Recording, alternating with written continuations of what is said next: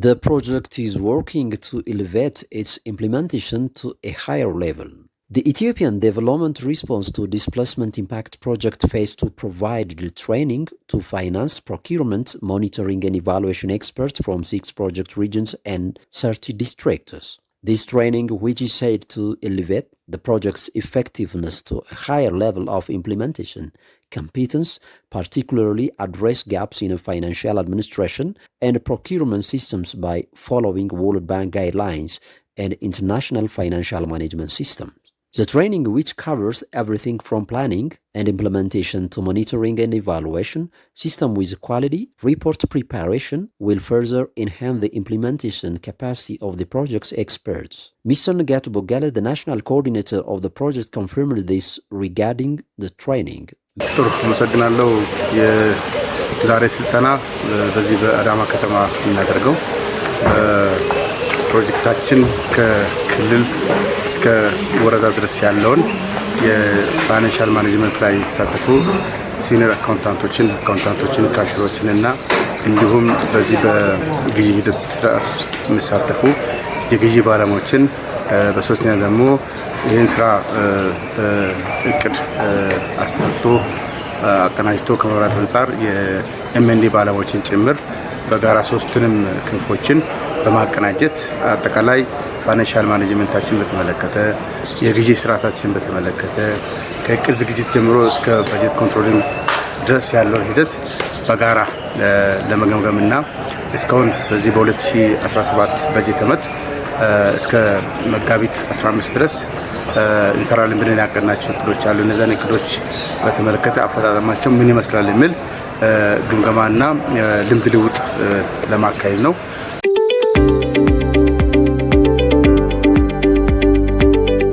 Mr. Nagatu also elaborated on the responsibilities expected from each trainee and the project's experts. እንግዲህ ከ150 በላይ የሚጠጉ ባለሙያዎች ናቸው ስልጠናውን እየወሰዱ ያሉትና ስልጠና ብቻም ሳይሆን የውይይት እያካሄድን ግምገማዊ ውይይት ነው የምናካሄደው። እንግዲህ እንደምታውቀው በፕሮጀክት ስርዓት ውስጥ ፋይናንሻል ማኔጅመንት ትልቅ ቦታ ትልቅ ስፍራ የሚሰጥ ትኩረት የሚሰጥ ስራ ነው። ምክንያቱም ለአጠቃላይ ለፕሮጀክቱ ስኬት ደም ስሩ ነው የሚያገለግል ነው። ሁለተኛ ደግሞ ያው ሁሉም ነገር በግዢ ስርዓት የሚያልፍ በመሆኑ በፕሮጀክቱ አሰራርና በመንግስት አሰራር ተንተርሰን ስራዎችን በግዢ እያስደግፈን መስላለብን የግዢ ስርዓቱንም ጠንከር አድርገን መምራትና መከታተል የሚገባ ጉዳይ በመሆኑ በዋናነት በእነዚህ ሁለቱ ነገሮች ላይ ፎከስ አድርገን ግን በአጠቃላይ ደግሞ የኤምኤንዲ ስርዓታችንን በተቀናጀ መልኩ እንዴት እየፈጸምን እንዳለን ወረዳዎች፣ ክልሎች ተሞክሯቸውን ያቀርባሉ። በአሰራር ላይ ያጋጠሙ ችግሮችን ያቀርባሉ። ካቀረበው በኋላ ተዋይተን በወርልድ ባንክ አሰራርም በመንግስት አሰራርም አስደግፈን የምንላቸውን ስራዎች ጉድለቶችን ለመሙላት ጥንካሬ ያሉ ስራዎችን ደግሞ ለማስቀጠል በሚያስችል ልክ ታስቦ ለ4 ቀን የሚካሄድ ወርክሾፕ ወይም ትሬኒንግ ብሎ መውሰድ ይቻላል።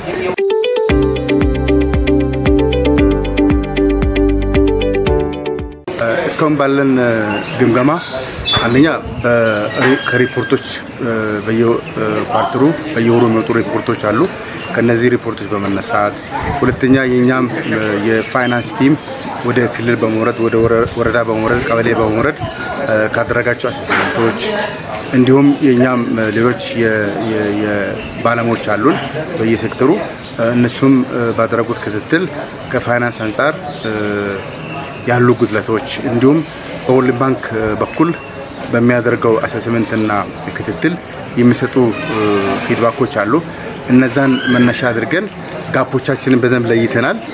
እነዚህን ጋፖች ለቀጣይ ከኛ ጋር እንዳይሉ ችግሮችን ለይተን በችግሮቹ ዙሪያ ላይ ተወያይተን አቅጣጫ አስቀምጠን እነዚህ ችግሮች ሙሉ በሙሉ ይቀረፋሉ ብለን ነው የምንገምተውና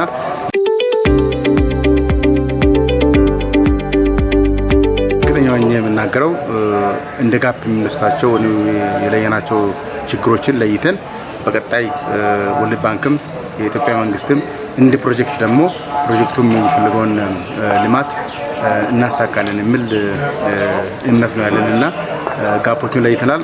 ለጋፖቹ ደግሞ መፍትሄ ያስቀምጥና እነዚህን ጋፖች እንዳይደገሙ እናደርጋለን እምነት አለን።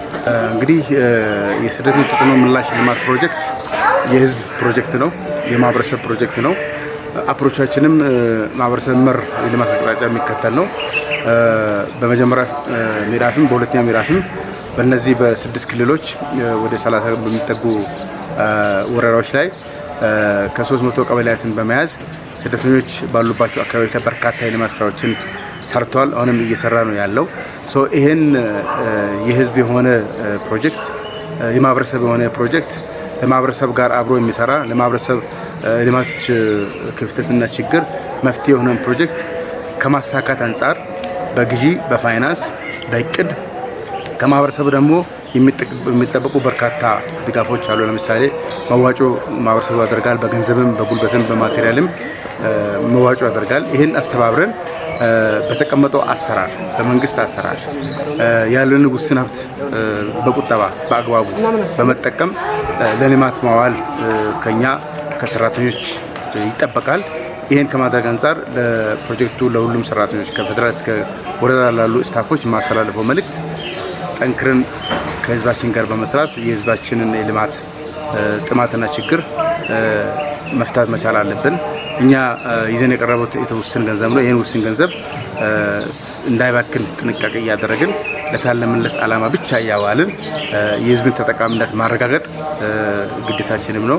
በዚህ ረገድ ላይ ሁሉም ሰራተኛ በኮሚትመንት ይህን ስራ እንዲሰራና በጋራ የምንወስናቸውን የምናስቀምጣቸውን አቅጣጫዎችን ደግሞ ሁሉም እንዲተገብር አደራ እያልኩ እንግዲህ ይህን መልእክት ለማስተላለፍ ነው። The project's financial expert in training coordinator Mr. Mulgeta Tesfaye for his part stated that all financial and procurement experts of the project must carry out their work with a sense of accountability and responsibility. አንተ እንዳነሳው ዛሬ የምንሰጠው ስልጠና ከስልጠናም ባሻገር ችግሮቻችን ለይተ ነው ቦታውና ችግሩ ከምን የመነጨ ነው የሚለውን ለይተን እዛ ላይ የሆነ ዳይሬክሽን ወይ ደግሞ አቋም ለመያዝ ነው።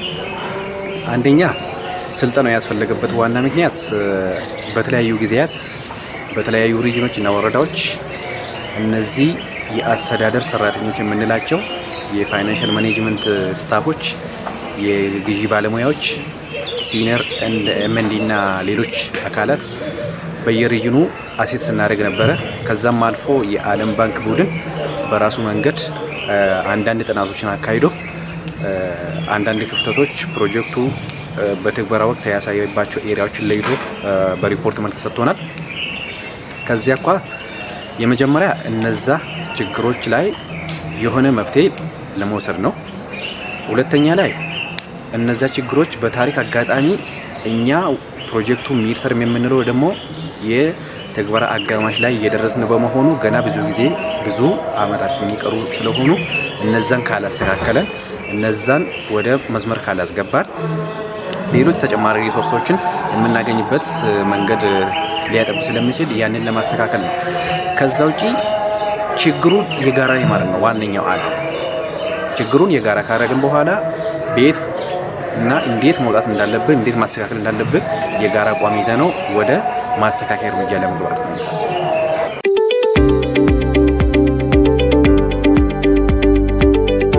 እዚህ ያለው ስታፍ ወይ ደግሞ እዚህ ያሉት ባለሙያዎች ቀላል የማይባሉ በአገሪቷ ደረጃ የሚያስቀምጡ ወይ ደግሞ በግብርና ውስጥ ካሉት ፕሮጀክቶች ለየት የሚያደርገው ስታፍ ነው ያለው።